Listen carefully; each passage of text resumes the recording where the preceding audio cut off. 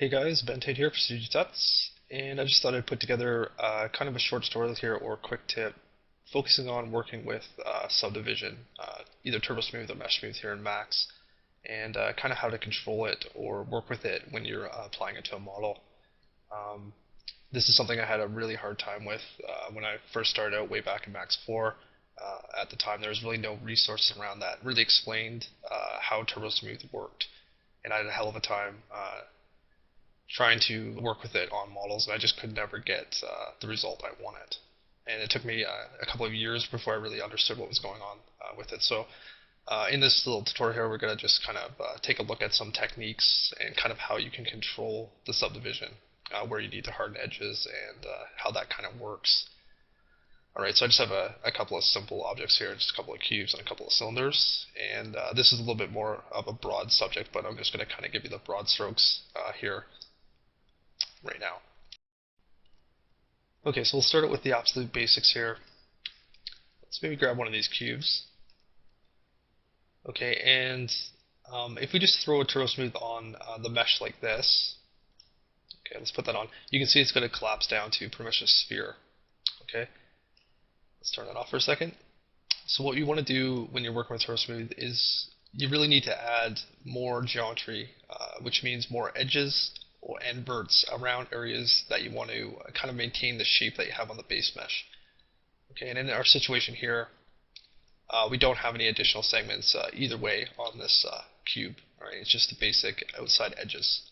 And when we apply this, it's pretty much just rounding out the shape because we don't have any additional edges in there.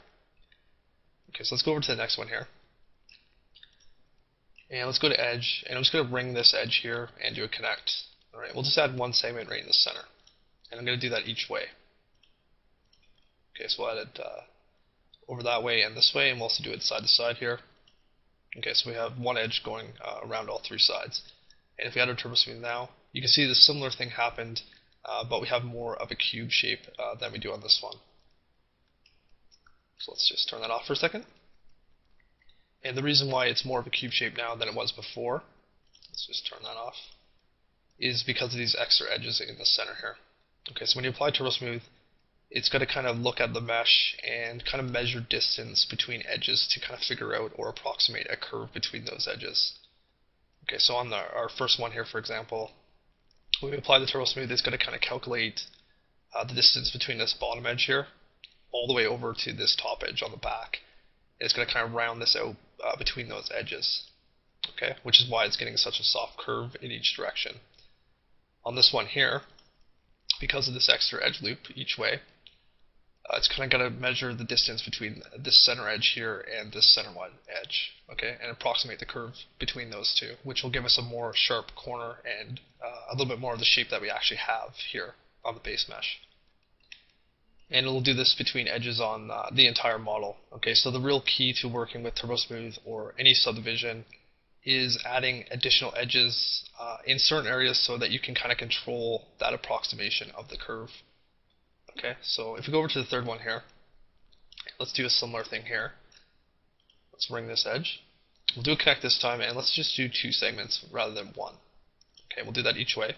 And actually, let's just look at what happens if we only add it this way.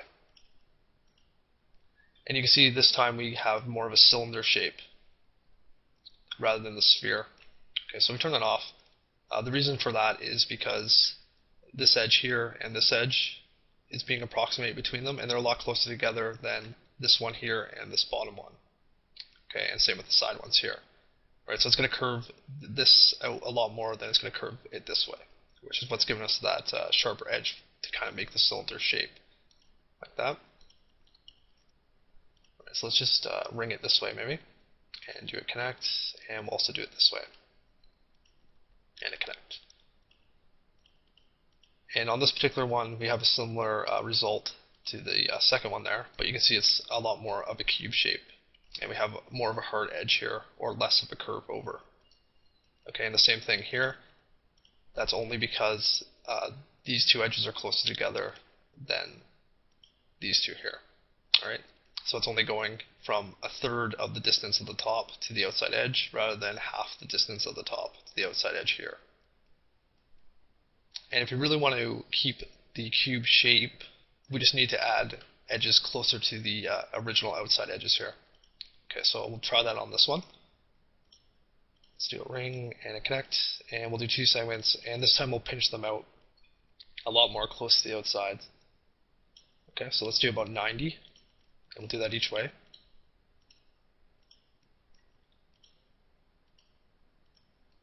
And now when we put our turbo smooth on this one, it's going to have a lot sharper corners. Okay, like that. And the reason for that is simply because the edges are a lot closer together here. So we're only getting an approximation between this edge on top and this side edge here. And that works all the way around the model. Okay, so let's turn that back on for a second. And if I turn off the wire here of F4, you can see that even though we put the edges really close to the outside, you can see this edge here kind of looks soft still, and the shading is a little bit weird there. Okay, and that's caused by these big polygons on each side. So we have a really big polygon here, and then we have smaller ones here that are longer and tighter between edges. Okay, so if you have a shading problem like that, the best thing to do is just to add a couple of additional edges across the center to break up these big polygons. Okay, so let's grab one here, ring it again, and do another connect. Okay, and this time we'll just take off the pinch, and let's leave it at 2 segments, or you could do 1. We'll hit OK to that, and we'll do it each way. And now we put our turbo smooth back on. The edges will be a lot more uniform and clean. Okay, so that's kind of the general idea of how to control it, working with edges. And the same principles would pretty much apply to any shape. Alright, so let's go over here and we'll grab a cylinder here. Same thing, if we apply our turbo smooth straight to this, it's going to collapse the shape down like that. And that's not going to be good for anything, obviously. So we need to do a similar thing here. We need to add some extra edges around the top to kind of hold that shape. Okay, and if you have an open hole in a model, let's just grab this bottom polygon maybe. If you delete that out and then we apply our turbo smooth here, you can see that the top is completely screwed up, but the bottom actually maintained the shape. Okay, and that's because of the hole here. We have an opening, so it's going to maintain this as a hard, rigid edge all the way around that opening. Okay, so if you have an opening like this, you don't really need to add support around it. But on the top here, we obviously do. Okay, so there's a couple things we can do with this cylinder. We can add support edges on the sides. Let's maybe do that quick. Just going to go into edge here, do a ring and a connect, and we'll just slide this up. And we only need it at the top because the bottom's open. Okay, so let's push it up maybe 95 or so, and OK. And if we smooth it out, you can see that the top still is screwed up, alright, and it also looks soft here. And the reason for that is not only this big end gone here, but we don't have any additional edges around the top here to hold that shape. Alright, so we need to have another support edge like we do on the side, right on the inside of the top. Alright, so to do that, we can just grab the polygon and do an inset. Okay, and if you just take that in a little bit, that'll give us that support edge. So if we turbo smooth it now, you can see it maintain the shape a lot better. And you'll still notice that the top looks weird here with the shading. And that's still caused by this big end gone here on the top. Alright, so the best thing to do in this situation is to grab the polygon there. We'll do another inset, and we'll just take this up. Okay, maybe like that. I'm just going to hit OK. Going to hold down Control, click on Vertex, and I'm just going to weld those center verts all into one. Okay, like that. And we'll see how that looks. Okay, it looks a little better, but it still looks a little weird here on the sides. So what we're going to do is drop back down to edge one more time, and we have a bunch of triangles here. Okay, and turbo smooth and mesh smooth are really only designed to work on a quad mesh. So if you can, you always want to make sure that you have 4-sided polygons over the entire model, and the more uniform those are, the better your result will be at the end. Okay, so in this particular case, because the top of this cylinder is completely flat, we really don't need to have quads, but we do need to add an extra loop right in here. Okay, so kind of support that a little bit better and break up these long triangles. Alright, so we'll go into the top view and just drag through these edges, and then we'll just do a connect. And I'm just going to do that in the center with one segment. Okay. And if we put our turbo smooth back on here, you can see that the top looks a lot better. And same principle here as with the box. These side polygons are extremely long. Okay, so we want to add one or two loops around here just to kind of even these out a little bit more. Alright, so I'm going to do a ring and a connect, and I'm just going to do 2 segments. Let's do 3 maybe. And okay, and then we'll put that back on. And you can see the shapes improving as well as the shading. So in some cases you want to add additional edges even on even in places where it's not actually changing the profile of the model. Okay, and that really depends on what you're doing. Sometimes you'll need to add them, sometimes you won't. So let's go over here and we'll look at a different way of doing this. Alright, let's maybe delete these top polygons. Okay, so I'm just going to select the side polygons here, hit Control I to invert the selection, and hit delete. Alright, so we have the top and bottom open.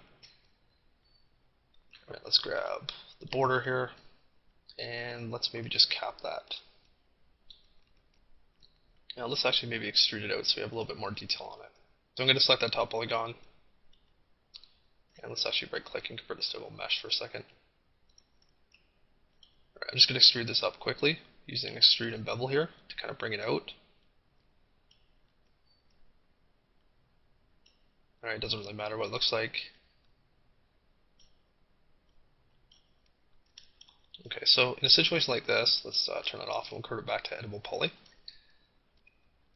We could use the support edges by doing connects around these sections here to kind of hold this shape.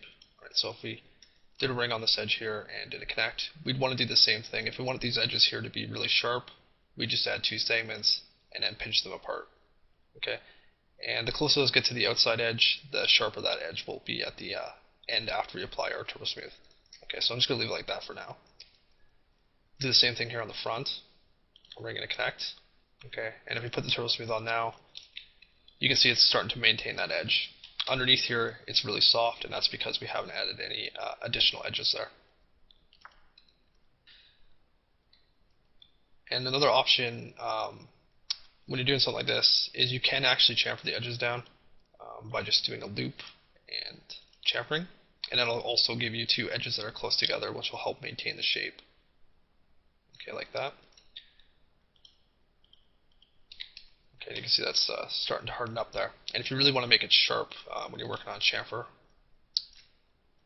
you could just add additional edges in the center of that chamfer. So ring that edge there and connect it. And if you add just one in the center, it'll make it a lot sharper, again, because the distance between those edges is a lot tighter now. Okay, like that. Right, and the downside to chamfering the edges is that if you need to adjust the curve later on or the sharpness of the edges, it's a lot harder to adjust rather than doing it with the support edges here using connect. Okay, so what I mean by that is if we go into edge here, up here, if we want to soften this corner up, we could simply just loop this edge, go down and put our edge constraint on, and then we could just move this edge up. Okay, and the farther that goes up, the softer that edge right here will be. Okay, so if we did that, we could do the loop on this one as well, and pull that down. Okay, and now that these are farther apart, that edge is going to be a lot softer when we smooth it. Right, so let's maybe go down here where we did our chamfer. I'm just going to take out the center edge here that I put in. Okay, so if we wanted to adjust the edges here to soften this up, we don't really want to just pull them up and down like we did up here.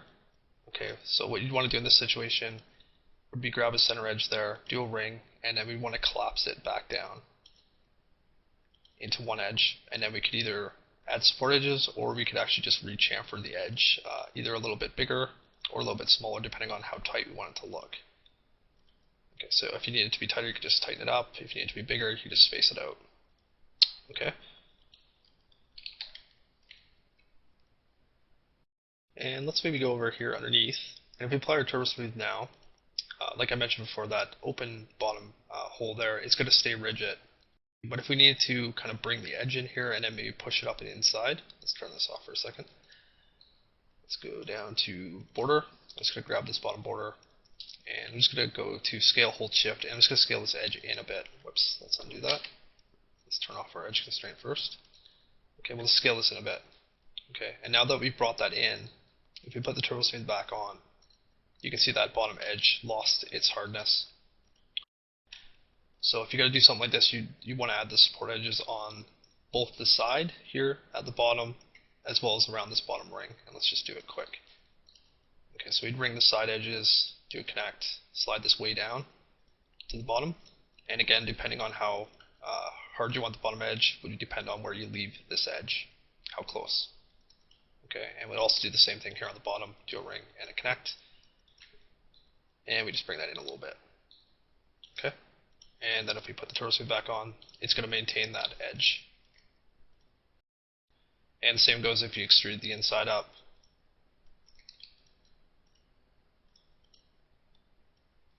You just want to make sure that you add some extra edges here to hold the shape of this bottom edge. Okay.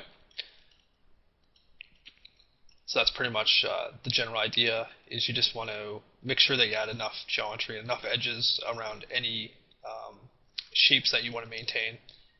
And this triple edge technique here, where you have the main edge as well as one on each side of it, is a very good technique to use. That's used by most modelers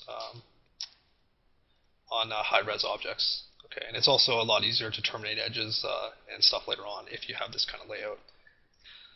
So let's look at that, and these techniques can be applied pretty much to any model. Once you get pretty much the handle on how to control it, you pretty much just need to repeat the process depending on whatever you're doing, whatever you're modeling. Okay, and a lot of people have asked me previously what techniques I used to model the Iron Man model that was on my site. And it's pretty much the same techniques as this. Okay, let's just actually take a look at it. Okay, so here it is here. And let's just zoom in here on the back maybe. Okay, so I have obviously turbo smooth over this entire model. Okay, and it's a lot of different pieces, but pretty much the same principles apply to everything. Okay, so if I select this shoulder pad here, and this model's not finished and it's not welded, which is why it's in half like this. Okay, so I have turbo smooth on this piece here. Let's just grab both these for a second. Okay, so we have the back plates. Okay, and you can see they're smoothed out, and obviously they still need a little bit of work here. You can see it's a little kinked, but this should be good for example. Right, so if I grab this side here, and let's take off the turbo smooth for a second. Okay, and you can see that I have the exact same technique implied here. Alright, I have a support edge running down the outside face, right against this edge, as well as one on the side here to support it. Okay, and I also have the same thing running along the bottom, around each side, and around the top up here. Okay, and the same thing with the hole here. You can see I have multiple support edges in there to hold that shape, as well as in here at the bottom. Okay, so we have the bottom inset. I also have it quadded up, and two support edges on the side of the circle. And if you've seen it in my other tutorials, you'll have seen me do this technique multiple times with holes. Okay, so let's just maybe take some of these out so we can see what this would look like if we didn't put that support in. Alright, so I'm going to go down to edge. Let's maybe grab this edge here and this one. I'm just going to do a loop on those, which are my two support edges. I'm just going to backspace those out. You also want to take out this support edge here, as well as this one. Okay, so I'm going to backspace those out. And let's also get rid of this one. Okay, and let's just weld this up.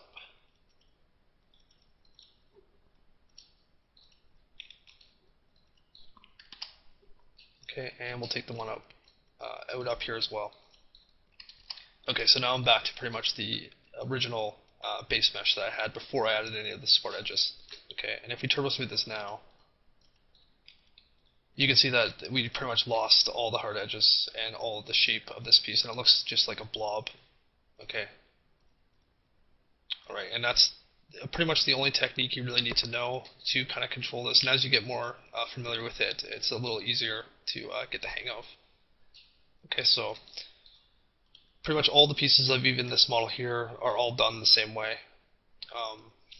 Take a look at a couple other ones, I guess. And depending on the situation or what you're modeling, certain pieces will or will not require the same amount of edges. Let's see if we can find an example here. Okay, down here on the back of the cast, you can see I have these little cuts in here. All right, let's grab that. Just going to turn off the turbo smooth. Okay, and you can see I have a bunch of support edges around here, but I have this done a little bit different. Okay, I have, rather than having one just around the outside and one around the inside, I actually have two on the outside and none on the inside. Okay, and in certain cases you'll have to kind of change your technique depending on what you want the final result to look like. Okay, so if I smooth it out, you can see it's got a really shallow kind of end there. Okay, and that's why I didn't add any support on the inside, because I didn't want to make the inside too sharp. Okay, so I doubled it up on the outside and left it alone. Okay, and same thing down here with the holes.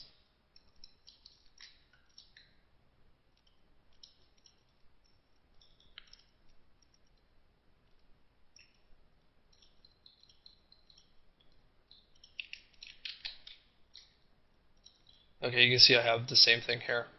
Double edges on the outside and just one on the inside. I don't have any at the back here because this hole is open, okay, with all of them. And I also have it quadded up all the way around. Okay, and that's extremely important to do, especially with a concave surface. And like I mentioned before, if the surface is flat, you can pretty much get away with leaving a triangle or a n-gon. But on something that's curved, you pretty much want to make sure it's quads if you can. Okay. So pretty much all this is modeled the same way, and the knees here, same thing. Just edge on the outside, edge on the inside, around the middle edge, or the original edge that was there. Okay, and you can see that gives us a nice sharp result there at the end. Okay. And if you use that technique, you can also feather the edges out on sections like this here on the chest. You can see I have this edge going up here that kind of fans out. Okay, so let's turn that off for a second. And you can see I have the same technique, pretty much multiple edges close together, and then it kind of fans out here, a little bit water at the bottom to kind of soften that up. Okay, and same thing up here on the head, really tight around the face here to get this sharp edge. Okay, and the closer together, the sharper they are. Okay, so I have the ones here pretty tight together. Okay.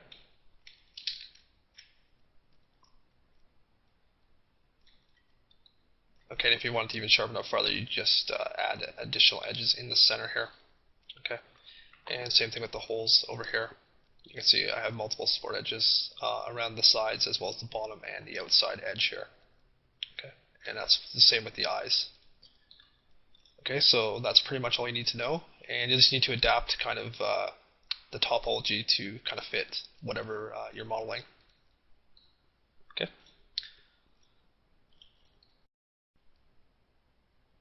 Okay, and another thing I should be mentioning here is when you apply Turbo Smooth, okay, one iteration of Turbo Smooth is going to divide each polygon on your model by 4. Okay, so let's just maybe turn it off for a second. I'm just going to turn on my statistics here. Okay, let's do it by selection, and we'll just show that here. Okay, so let's take our box here, and you can see that the polys on it are 300. Alright, and if we up the iterations here to 1, okay, you can see it went up to 1200. And when we do it again, it's going to do 1200 times 4, okay, which will give us 4800 here. Alright, so that's something to keep in mind. That's poly counts can get extremely high when you're working on a big model. Okay, and the Iron Man one here, although it's not finished and it still needs a lot of work, it's still a pretty high poly here. You can see it's 1.6 million. Okay, so that's something to keep in mind. Okay, and you also really should never need to go higher than 2 iterations with your Turbo Smooth.